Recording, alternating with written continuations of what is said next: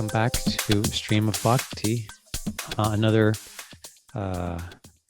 reading into the book Srimad Bhagavatam. I'm here with Brihat again. We've got a long way to go, Brihat. We just started this chapter, and I'm excited today to get into descriptions of how civilization was depicted so long ago. And there's also so many kind of interesting things in this book. It's not just a book of philosophy, but it talks about, I don't know, history and facts of life and things that may seem kind of random if it's in the context of yoga, but yoga at one point in time in history was really an integral part of civilization, right? So the whole philosophy and the way of life is described. And yeah, um, thanks for being here again, Rihat. Thank you. Can I say something about that? Yeah. Just that culture culture is the practical application of philosophy. So and what we see today in our world, like whatever culture we have, is a practical application of some type of philosophy. Mm-hmm. And so in the Bhagavatam, we see what the philosophy of yoga, how it's practically, the philosophy of bhakti yoga, how it practically manifests in all, all facets of life. What society would look like if all of these things were present. Yeah, All of these, yeah. yeah, if the principles of yoga were being, manifested. It would look a little different society than it does today. Yeah, because society is basically shaped according to certain ideals and Yeah. principles that people kind of there's a consensus more or less about what the goals of society are, and then those goals themselves carry with them certain values and perspective on life, and so then life gets shaped according to those values and that perspective. And Yeah. Like even in if yeah, go ahead. like in Western society, I would say that definitely one of the ideals is comfort and ease. Mm-hmm. And sometimes that ideal is more is given more prominence than other ideals, like maybe, like um non-violence or equality. Like we experience in North America a lot of ease and of life, but maybe at the cost of somebody else's, quality of life. And so Mm-hmm. sometimes, in the modern world, our ideals, anyway, I would say that comfort, and ease is definitely one of our philosophies, and it practically manifests in a certain way. Yeah, it manifests in all kinds of ways, like in the devices that we use and the conveniences that fill our lives. And it's kind of wrapped around the idea that economic development is the measure of success Right. for society. Yeah, that's definitely a big idea. Yeah. Definitely. And so it's hard to imagine what a society would look like if the main goal wasn't economic development, because when say there may be an election coming up, right, in Canada. uh, There will sooner or later, and when elections come about, then people rally behind the message that they identify with the most, and those are different varieties of economic development currently, right? There are right, different right. ways to develop the economy and to see that people, you know, how societies, how wealth and is meant to be divided. It's mostly revolving about ideas of economy and economic development. Right. Whereas the Bhagavatam is is presenting a culture where the prominent ideal is spiritual realization. Exactly. Yeah. Yeah. And So this just reminds me of a time. mentioned to you this before, I think, but it just so fits this this point. Like when, of course, when we were living a monastic life in the ashram, we weren't really contributing to economic development, right? We weren't. Well, you know, we didn't have as monks. We didn't have. Well, we didn't have money. We didn't have really resources like that. Our service to society was quite different. We contributed something, but it wasn't economic. You know, we were Right. Presenting, well, like kind of what we're doing just this morning. In this case, we're right out of the Bhagavatam, reading ancient teachings. But you know, we spent much of our time helping people access in different ways spiritual practices and helping people and ourselves applying it to our life. And you know, with the conviction that spiritual development really is a contribution to human life, human experience. Right. And so like life in Right. the ashram or life as monastics was really just single pointed, right? It was just focused on doing that and nothing else. So one of the things that we used to do was we would go out with the Bhagavad Gita, you know, and try to meet people and just see if they'd be interested in reading the Bhagavad Gita, taking it with them. And so I was doing this. You weren't here for this one, but I was traveling with some other monks, and we were in Portland, in the U.S. And we got up early one day. Like we would get up early, and we'd be like early in the morning. We would take some Bhagavad Gitas with us. We'd also chant. We could, you know, we may have been chanting also, but you know, if you meet somebody interested, you have we'd have some books to share with them. So on this one day, we a bunch of us got on the crowded early morning bus. You know, everybody's kind of going to work, and so we're heading downtown. You know, it's, you know, everybody's in their, you know, in their work mode, right? And well, we were in our work mode too, but it was a little different. You know, we were dressed in saffron robes and shaved heads, and we had our book bags and whatever. So as we were on the bus took us to downtown Portland. We got off the bus, kind of stepped foot off the bus, and as the bus was unloading, there was this man on the bus, and he was a very tall man. I just remember this like it was a snapshot. It was just one of those things that's ingrained in my memory. He was like a businessman in a suit and a tie, and he was carrying his briefcase. And as he got off the bus, we were kind of all waiting for each other to get off the bus. We kind of like congregated. And so he got off the bus and he looked at us. And in this booming voice, I mean, it was a booming voice. You could hear it just like echo off the buildings type of thing. He said, why don't you get a job? That's what he just screamed it at us. Why don't you get a job? And it was really like, you know, it was an amazing experience to have someone shout that. I mean, we worked quite hard, but it was a confrontation with this idea of what society is all about. So my point in actually sharing that is that it's hard to envision what a society would look like without the goals of economic development as being the primary thing. Right. Because somebody steps into that society doing something different, they may not even be very well received. Not that most people in Portland were like that. I found it to be a very sweet city, actually. We kind of loved going there. People were very open. That just happened to be a moment for some instruction there. I don't know what it was, but I felt that I benefited from that moment.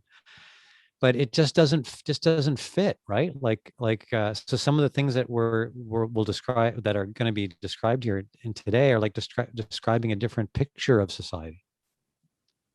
Yeah. Do you ever have that experience, Brihat, where you just didn't fit? Where I just didn't fit? Didn't feel like you fit in the scene? Like I'm still trying to figure out where I fit.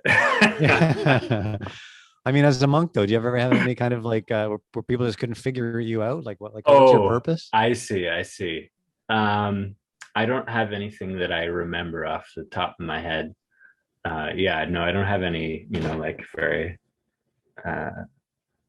experiences like that stand out to me. I've had a number of them. Maybe it wasn't. Maybe it wasn't because I was a monk. Maybe it was just a. Maybe it was a me thing. Okay, whatever. But I just want to also say though that there's nothing wrong with economic development. yeah. It's just that in the, in the conception, the philosophy that's presented in the Bhagavatam, economic development is serving spiritual realization, which is, presented as that's really the goal of life. So not to make more money, to have more facility, that's not the goal of life, but actually spiritual realization is. So if economic development serves that purpose, which it can, there's no problem with that, because there are people in this world that have that nature, that they want to, develop things like that. So that's it's there's nothing wrong with it, and actually it can be done in in an uplifting way, and let's say a way that's not destructive. Mm-hmm. Yeah, which is, one of the key principles, I would say, of a spiritual life, is to live in a non-destructive way. Mm-hmm. A basic. Yeah. Anyway, this is just building up to this verse and purport. It is. Let's dive in. Yeah. Om Namo Bhagavate Vasudevaya. Om Ajnanatimarandasya Gyananjana Shalakaya Chakshur Unmilitam Yena Tasmai Shri Gurave Namaha. I was born in the darkness of ignorance, and my spiritual teachers opened my eyes with the torch of knowledge. I offer my respectful obeisances unto them. Narayanam Namaskritya Naram Chaivanarotamam Devim Sarasvatim Vyasam Tato Jayamudirayat. Before reciting this Srimad Bhagavatam, one should offer respects unto the personality of Godhead Narayan, unto Narayan Rishi, the supermost human being, unto Mother Saraswati, the goddess of learning, and unto Srila Vyasadeva, the author. Today, we're in chapter 11 of the first canto. And this chapter is called Krishna's Entrance into Dwarka.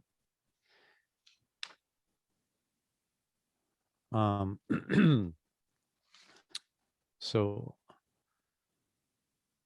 yeah, today, text number 11. So, maybe I'll read the first one. As Bhogavati, the capital of Nagaloka, is protected by the Nagas, so was Dwarka protected by the descendants of Vrishni. Bhoja, Madhu, Dasarha, Arha, Kukura, Andhaka, etc., who were as strong as Krishna. So this is describing some of the dynasties that were present in the city of Dwarka. And later on in this chapter, it's going to describe some of the personalities from these dynasties who were protecting the city as well. But we may not go into them in such detail in this chapter, maybe later. We have enough, enough people in our lives that we're trying to keep straight, Yeah. Yeah. There's so many different kinds of names yeah. It's like the first chapter of the Bhagavad Gita. Yeah, I exactly. remember reading that for the first time, and there's all these names, and it's like, what is going on? Yeah. Anyway. Okay. So, text 12. The city of Dwarka was filled with the opulences of all seasons. There were hermitages, orchards, flower gardens, parks, and reservoirs of water, breeding lotus flowers all over. Yeah, one interesting thing to keep in mind here is that this Bhagavatam was written thousands of years ago. So, there's going to be many things in the Bhagavatam that confront our understanding of the world. The modern, yeah. Yeah, on many levels. There's going to be spiritual teachings here that may cause us to question how we've understood things previous to that, but also not just spiritual esoteric teachings, but the Bhagavatam depicts a different history of humanity than we understand it at present. Yeah. And so it describes in the past that in the ancient past, like long ago past, that humans were actually very, very developed. Yeah. Great Um, civilizations. yeah, great, powerful civilizations. Yeah. And as you were pointing out, yeah, go ahead. I just remember in history class, Mm-hmm. um, first of all, in history, at least that we learn in school, we only learn Western history. We don't even touch, like, for instance, like Asian history, like the history of the Orient. That was never, at least my history classes, just, not if you go into it in university, but just what we all basically learn throughout, the elementary and high school. Didn't touch that, and definitely didn't touch anything about India. Nothing.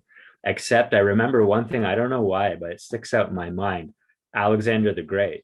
So he was conquering all over. And when he came to India. And when he came to India, he met with it was just, the description was like there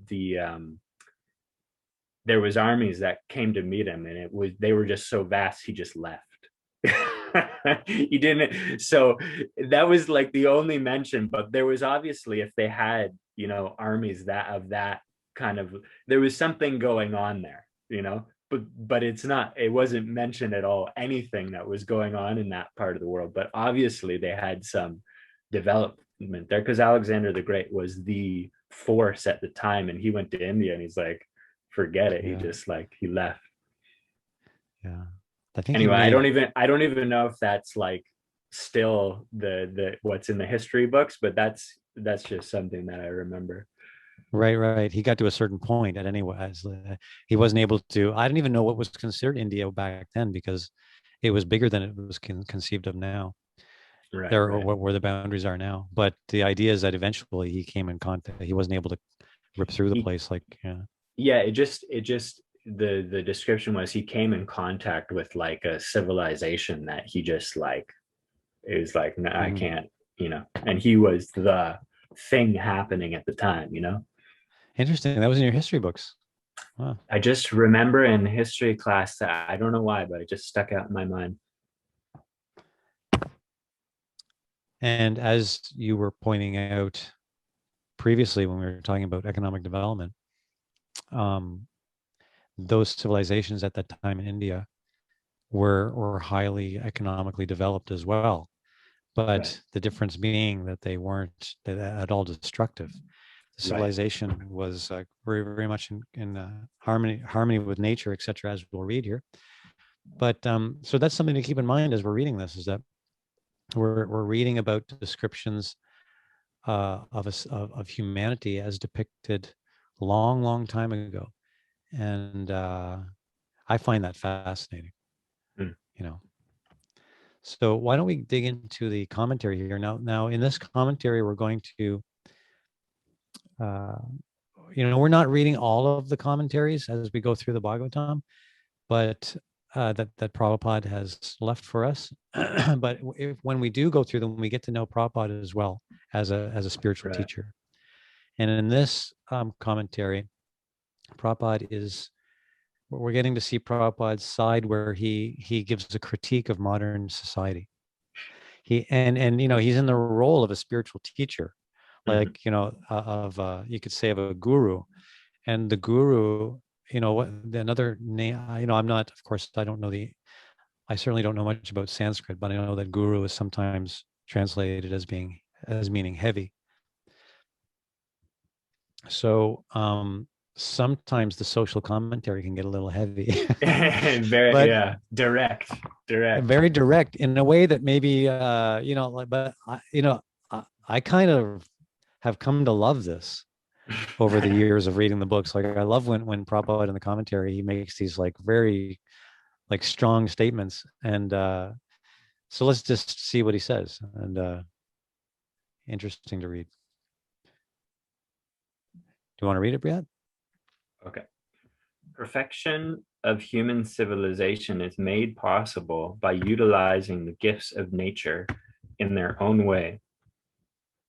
As we find herewith in the description of its opulence, Dwarka is surrounded by flower gardens and fruit orchards, along with reservoirs of water and growing lotuses. There is no mention of mills and factories supported by slaughterhouses, which are the necessary paraphernalia of the modern metropolis. The propensity to utilize nature's own gifts is still there, even in the heart of the modern civilized man. Let's just pause there for a sec. Uh-huh. Like he's saying that Prabhupada is saying that the way that our current societies are designed, the modern metropolises, that we have, the big cities, in order to support them, these things are needed. You need factories and you need slaughterhouses. That's a heavy statement, right? Yeah, but it's actually true. Like in order to support the metropolises that are there, those are the paraphernalia, as Prabhupada puts it. It's like in order to have these things, you need these other things. That's the way that our society is currently set up.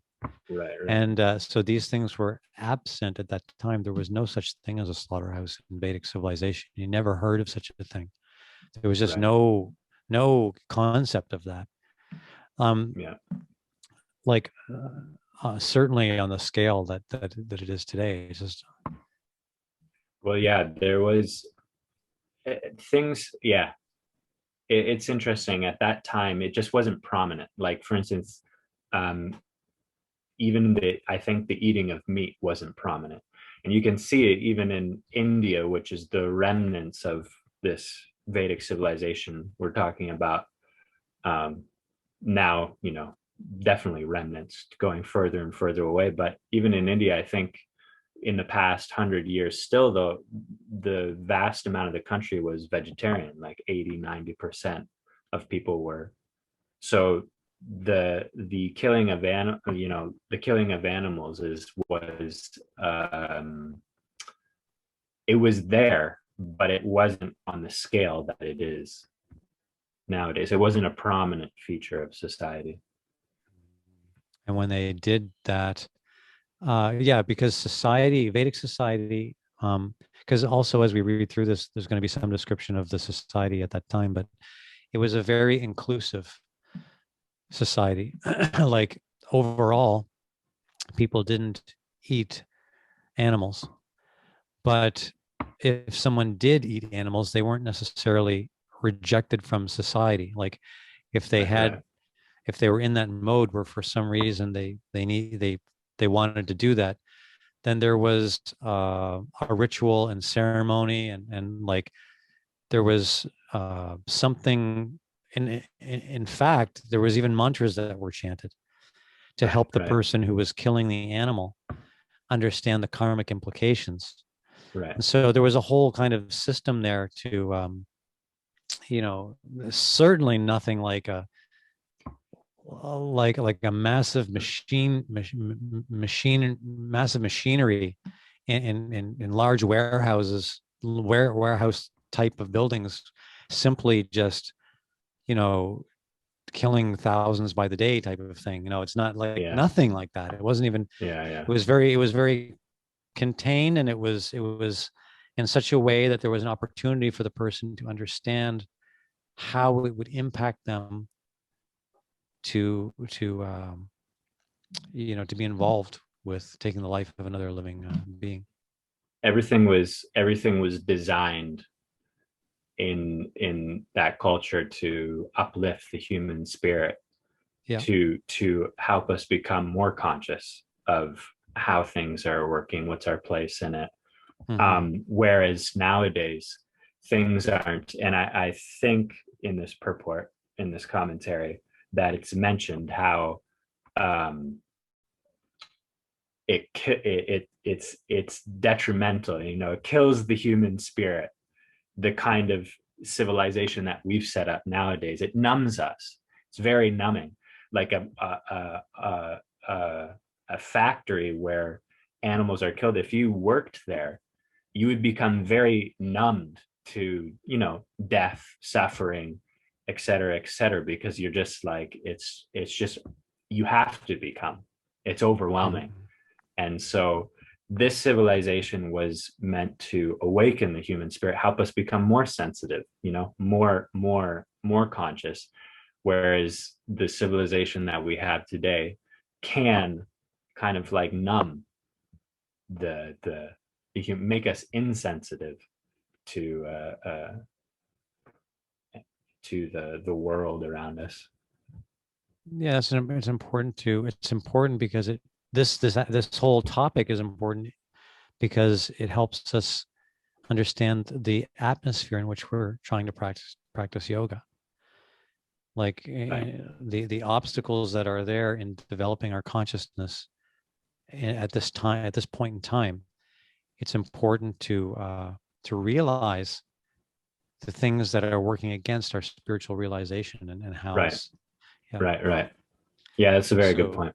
Very good mhm. point. Our situation isn't, it's not the most ideal. And that's what we're hearing about, an ideal situation in this. Yes, yes. So fortunately, we don't need an ideal situation Yes. to practice, but to be aware of the subtle influences of the way society is functioning is really helpful. Yeah. So Um, let's keep going. This is a bit of a, maybe we'll yeah. just do the first page of the commentary, or I mean this paragraph.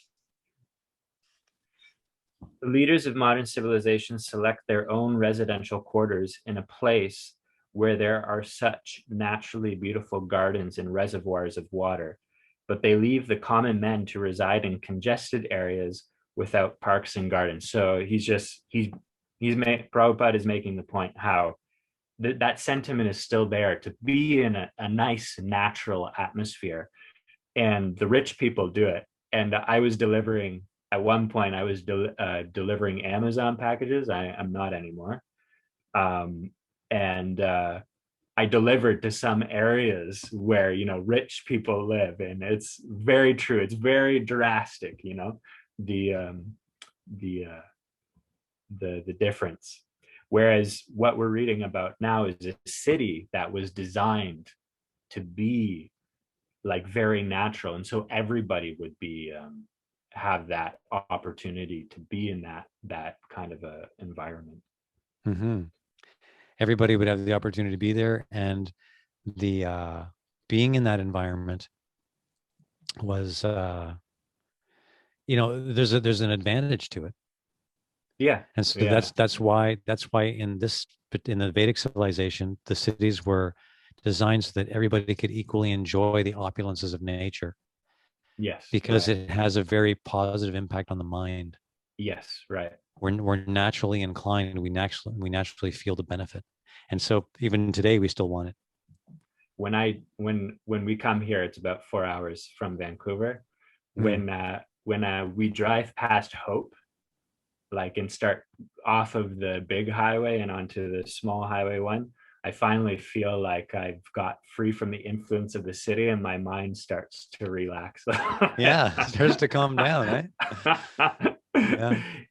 Yeah, when you live in the city, I mean, there's an influence, you don't necessarily notice it so much, but when we came to where we're living now for the first time, it was just like, and we're even more secluded up in a mountain valley. It's a beautiful place. And just I was like, wow, it's so quiet here. It's just like the amount of just like noise and kind of like disturbance that's going on is really minimized. And Mhm. so it's yeah. Another thing to That be was aware of, yeah. and it's just another element to be aware of, right? That it's not, it's that the fact that most people, at least in the metropolises, which is what Prabhupada's talking about here, we don't really have access to nature and the natural world like we used to, and that impacts us, and Right. it impacts our spiritual mind. Um, Right. Yeah. Yeah. even in Vancouver. Vancouver's right on the ocean. There's some beautiful aspects to it, but it's Yeah. not exactly free from the passions. Yeah. It's not exactly connected with the natural nature in the same way. Of course, but it's not. The mountains are Vancouver, right there. yeah. Vancouver is Yeah, one of the best cities because it is, you can be in nature very quickly, yeah, which is not like a lot of, metropolises. Like you go to like a New York City or yeah, an LA or something like that, you're in concrete for like miles and miles and yeah. miles. So, but even that, when you get like downtown Vancouver, it's like I remember being on downtown Montreal, being on the street, and there was like they put those trees out of the concrete, like Mhm. there was like, like in the whole city block, there was like these five like little trees struggling for existence, and it's like, just think of the quality of the air when you go into a forest, you can breathe, fresh air. And when you get out Mhm. of Vancouver, there's some beautiful forests. You can just breathe some fresh air. But Yeah, downtown, it's like these five little, struggling trees, struggling for existence. It's like, what's the quality of the air even, that you're yeah. breathing in the, anyway. And I guess it seems like such a contrast because we're describing like an ancient time. Yeah, Not that yeah. we think that the cities are suddenly going to transform into some natural setting, and we'll be all right. We'll be all right. But it's just that it's just so natural for us and to be surrounded in nature, and the fact that our lives take place in a way that we're out of sync with our attraction, or what is the word that Prabhupada uses here in the commentary? He says that the propensity to utilize nature's own gifts is still there, even in the heart of modern civilized people. So the propensity is there because in our heart, it's part of our natural being to feel like to be connected with nature and to yeah. I just, there's one other aspect in here that I'd like to just touch on, just came to my mind.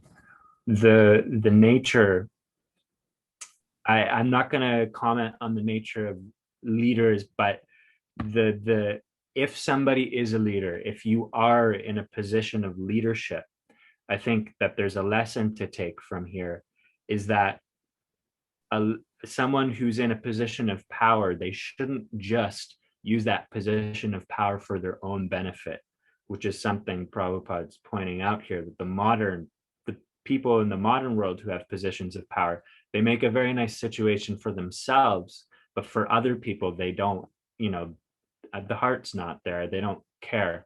So if someone finds themselves in a position of leadership, then they need to uh, think beyond. And that was actually the qualification of being a leader, especially someone who had a lot of power and they were trained in that way, is that they would think of the benefit of others. Like naturally were trained to think of how will others be benefited. So in this here, we see a description of a city where the leaders, it's still you have people that have more power and less power. It's not like everybody was in the, but the people who were in positions of power, they were thinking, oh, how can everybody be benefited?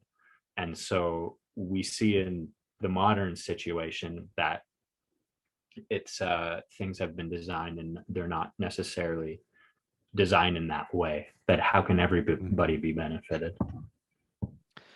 So there's this idea that humanity is evolving,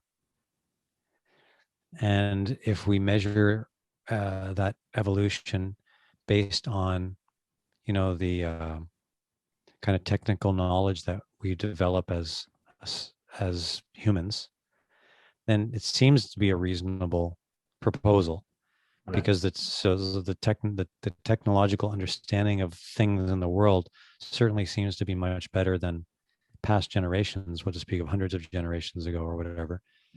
But it doesn't seem to the Vedas portray that the Vedic literature, the Bhagavatam portrays a society that seems to be much more developed than humanity is today.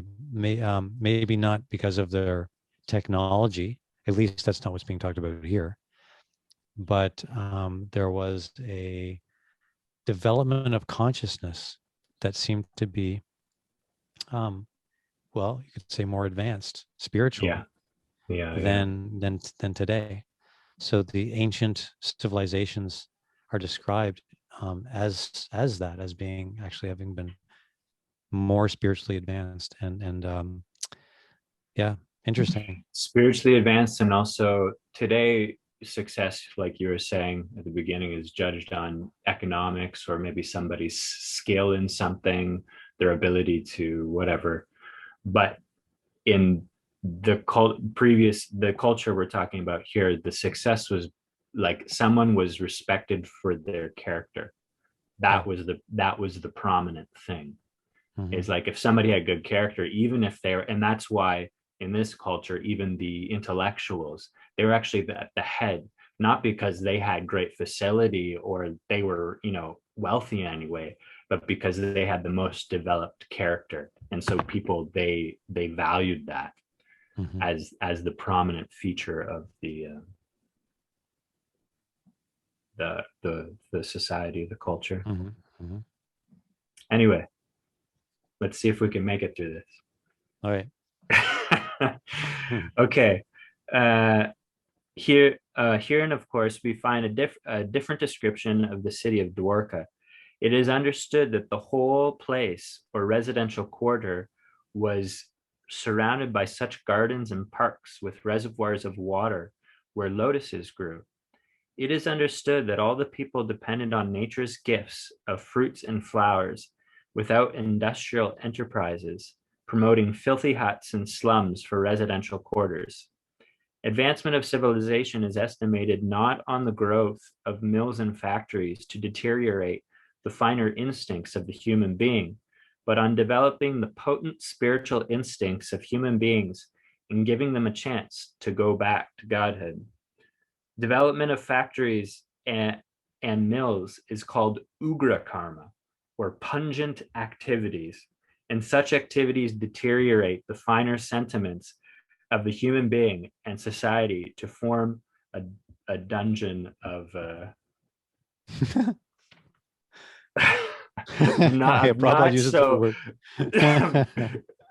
not so happy people.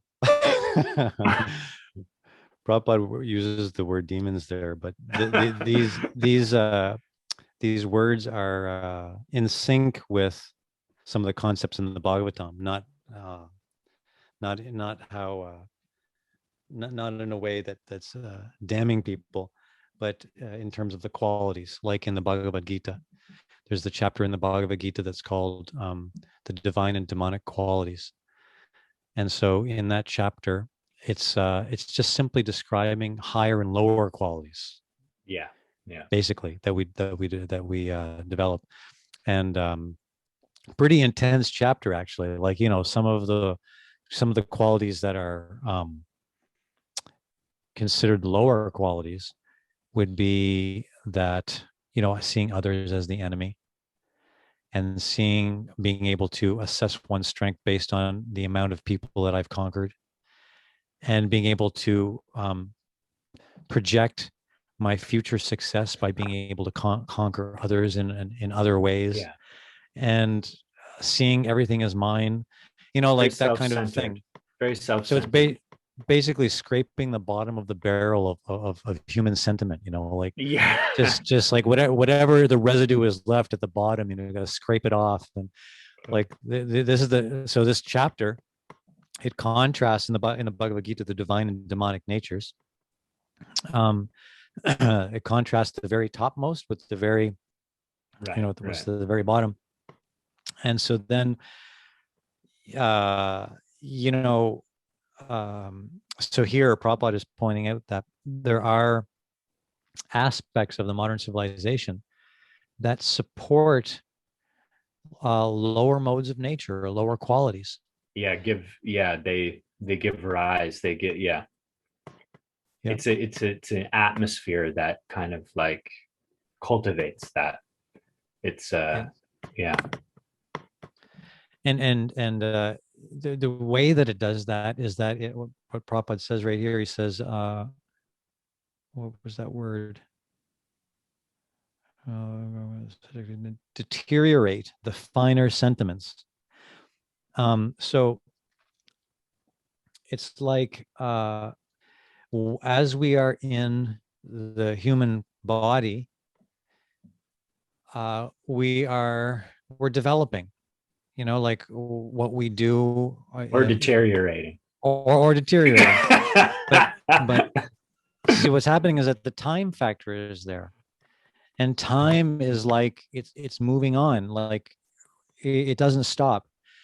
So we can't actually just be still, even if I'm sitting still, because we're moving through time, if nothing else. So if you've got like, say you've got a plant in a pot, and you plant the seed and you water it. So as that plant is sitting there, as time passes, the water gets absorbed, and then the plant starts to go dry. And as time continues to pass, the plant, it stays dry. The earth stays dry, but it has a consequence on the plant. So we're kind of like the plant, and we need to have water in order to thrive. And so the longer that we spend, say for example, like if our life's energy is spent in the kind of activities that yield no water for the soul, then that in time takes its effect, the same way that if you don't water a plant, in time it has an effect. So not everything that we do is good for is good for cultivating the soul and our final and our finer spiritual sentiments.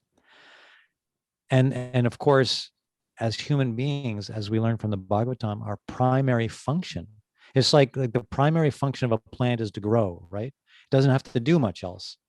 Right. Well, it's going to produce fruit or whatever, right? But I mean, but essentially it grows. Yeah. So our primary function, by definition in the Bhagavatam, is really spiritual development. Like we're meant to grow spiritually, just like the plant is meant to grow. So if we don't grow, if we don't get that water to grow, time is just going on. Then, as Prabhupada says here, those finer instincts begin to deteriorate the same way a plant begins to deteriorate if it's not fed water. So a lot of this kind of like factory building and mass production, and what else did Prabhupada say here? Factories, yeah. All just this mode. Not that there's anything wrong with them per se, like not that there's anything wrong with a factory necessarily, but the fact that it consumes humanity, that people spend their lives in that factory. It's not like a balance or anything.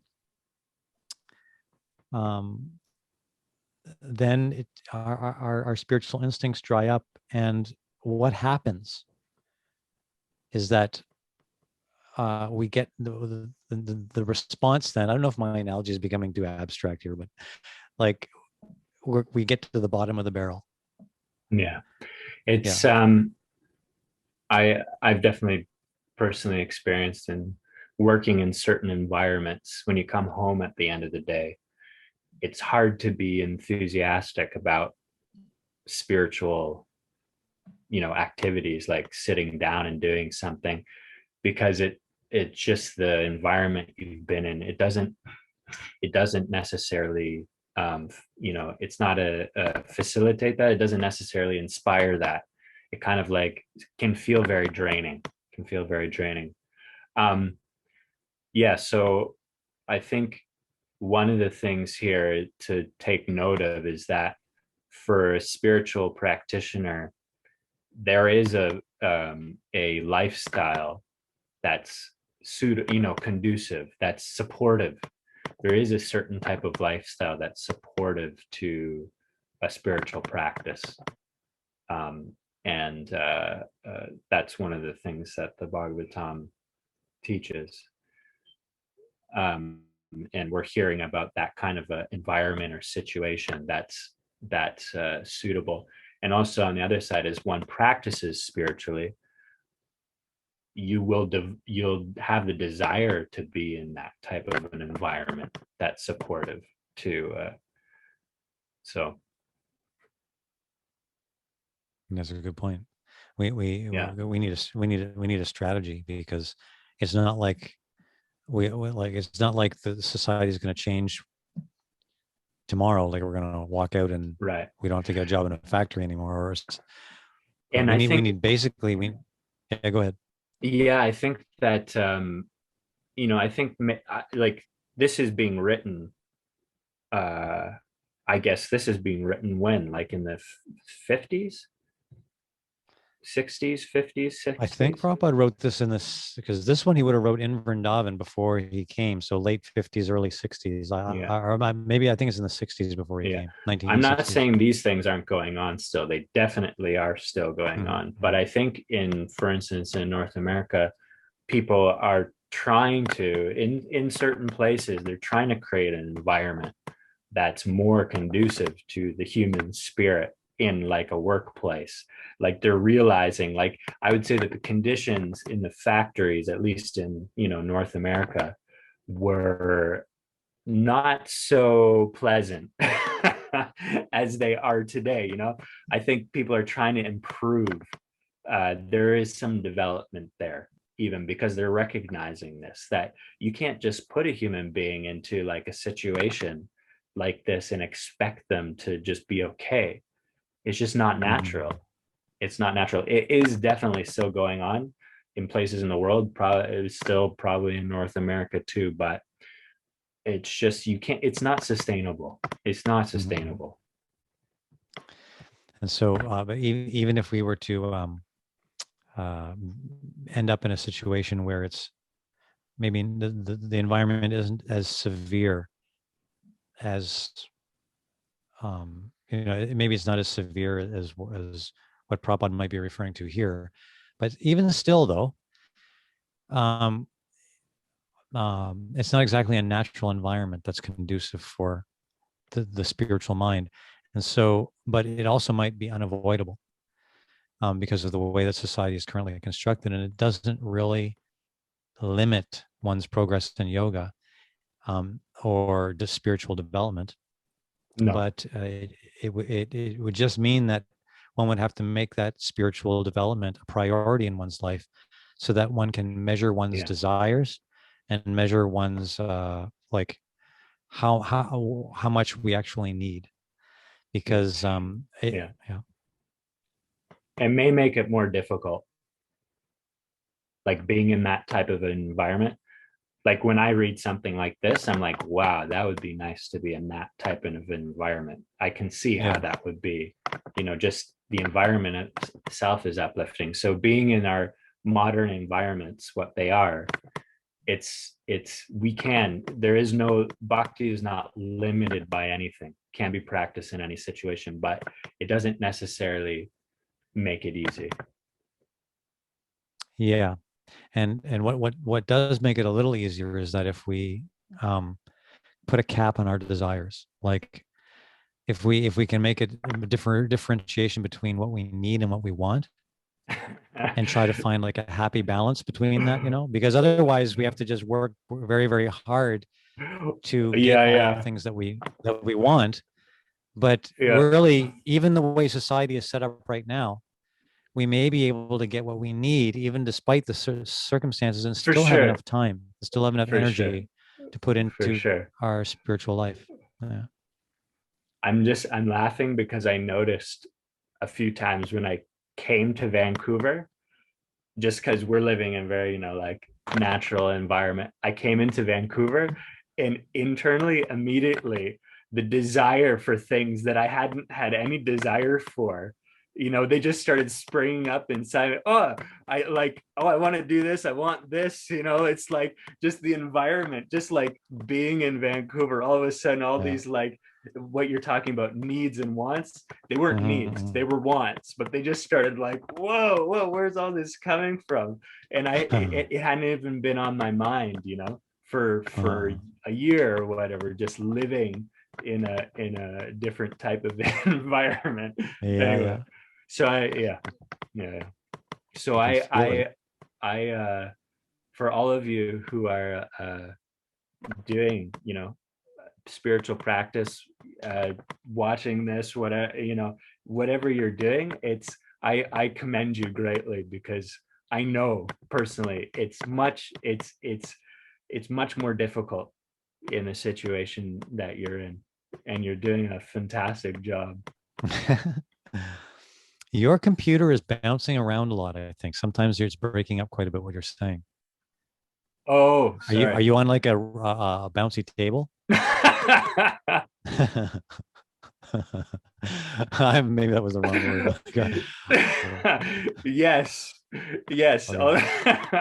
Although I'll let you. Anyway, sorry. I'll try not to bounce around so much. Okay.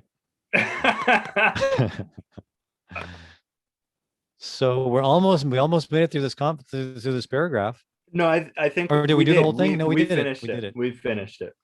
Okay, look at that. We finished it right on time. We could. Shall we try to read? There's a few verses here that just give a description. There's like 3, sure, go for it. Of the just some of the other elements in the atmosphere in the city of Dwarka, what they were like. Mm-hmm. Do you want me to just read? I've been reading. Go. Why don't you just read the next 3? Okay. The city gateway, the household doors, and festooned arches along the roads were all nicely decorated with festive signs like plantain trees and mango leaves, all to welcome Krishna. Flags, garlands, and painted signs and slogans all combined to shade and sunshine. Prabhupada in the commentary, he makes he just notes how everything was natural. All the decorations in the city came from natural sources. The highways, subways, lanes, markets, and public meeting places were all thoroughly cleansed and then moistened with scented water. And to welcome Krishna, fruits, flowers, and unbroken seeds were strewn everywhere. Interesting, eh? So it's very, very beautiful and very developed, city. Well, I'm sorry. It's just like, if you go to the downtown of the city, or like in Vancouver, obviously, you go to places, it doesn't smell like scented water. Yeah, I have often wondered, like in some of the alleys in Vancouver, if somebody, I bet you the smells in some of those alleys are not reproducible. Like, I don't know how someone could reproduce it's just so, sometimes it's just so, I don't know, rough. So in some of those alleys, what possible things come together to make that kind of smell, right? It can be pretty rough sometimes. Yeah, and I guess that's another thing too. There's no description of like a homeless population, people that are in that kind of a situation. There's no description of that anywhere in the, that wasn't part of this. Yeah, wasn't a feature of society. Yeah, and neglected, neglected. Yeah, because people at that time weren't measured, or they weren't like, society was something that, as we'll see as we go through the Bhagavatam, was really portrayed as a unit. And everybody had value in that society, regardless of their economic contribution. Right. So everybody had a right to facilities such as housing, certainly food. Yeah, right. And also service, like some contribution according to their nature. Yeah. And all of it was not related to whether or not it was gainful employment type of thing. It was just economic development. Yeah. It was based on social development that revolved around different principles. So everybody's contribution was valued, And there were those that were very wealthy, and there were those that had less wealth, but nobody was deprived of the necessities for life, nor dignity in any way. And as we even if people were not kind of part of the mainstream society, like we were talking earlier about the vegetarian part, yeah, there are it's depicted in the Bhagavatam how there were a segment of the population who didn't really follow the same principles as the mass in terms of something like diet, right? But those people also weren't shunned from society or rejected. There was like a place and a way for them to contribute as well, and a way for them to do what they needed to do. So just a completely different picture of society, right? Very different. Yeah. And I think you probably deal with this in what you're studying, but much of these things that, like for instance, you see in Vancouver, it has a lot to do with traumatic, trauma. We live in a traumatic society. Like there's a lot of, and so the Vedic society was much different than that. Yeah, It absolutely. wasn't true. It was very natural. It was natural. It wasn't. I mean, that this will be kind of like especially explained when we get into the lives of the people who were administering the society at that time. Like we see in time how they respond to situations where people are in danger, or like when protection is needed, like how the rulers of that time saw their role in relation to the people, and how people were tangibly protected and people did live peacefully. And of course, we're not going to get into that in this chapter, but eventually, we'll hear more about Yudhisthira and his role of a king. And of course, if we wanted to read the Mahabharata, it goes into much more detail about how the details of of society. It's hard, it's hard to like, it sounds perfect, it sounds kind of like utopian. And it's not that like it wasn't perfect. Like there's still, elements going on. However, it's still the descriptions, it's a lot different than what our experience is. And so it's kind of hard to like, like, it's like, yeah, that'd be nice, but is that realistic? Like what is that actually possible? Does that? Yeah. So what's the value then, right? Yeah. Personally, from my own experience, like just reading the Bhagavatam, I don't know, it's just reading it. I find that there is an experience there. You kind of like get an experience of what, and it's enriching. It's enriching. And yeah, also I think this is the point of spiritual practice, is that we are actually meant to be like this. Because this isn't just about like a situation or environment. This is due to how people are acting. Like, because the leaders are not just, like throwing people in a dingy, like whatever, place, and keeping the nice stuff for themselves. Like, therefore you have a system. So it's due to people, how people act. Everything that I can't remember, I was just hearing this lately, but everything we see is because somebody has made a conscious decision to like do things like that. Like things don't just happen and randomly. And so people are meant to be like this. And that's what spiritual practice is for, is to awaken. We're meant to be like, these things are there within the self, the soul, these natural qualities and characteristics. And so when people practice spiritual life, when you have more of that going on, more people, then you create an environment like this. Naturally, it'll happen because the people's hearts our hearts are getting purified and bringing out all those natural qualities that are there. Yeah, this is a great point, and I guess that's one of the focuses of this particular chapter. It's giving us a vision of how of the human potential, Right, like, right, right.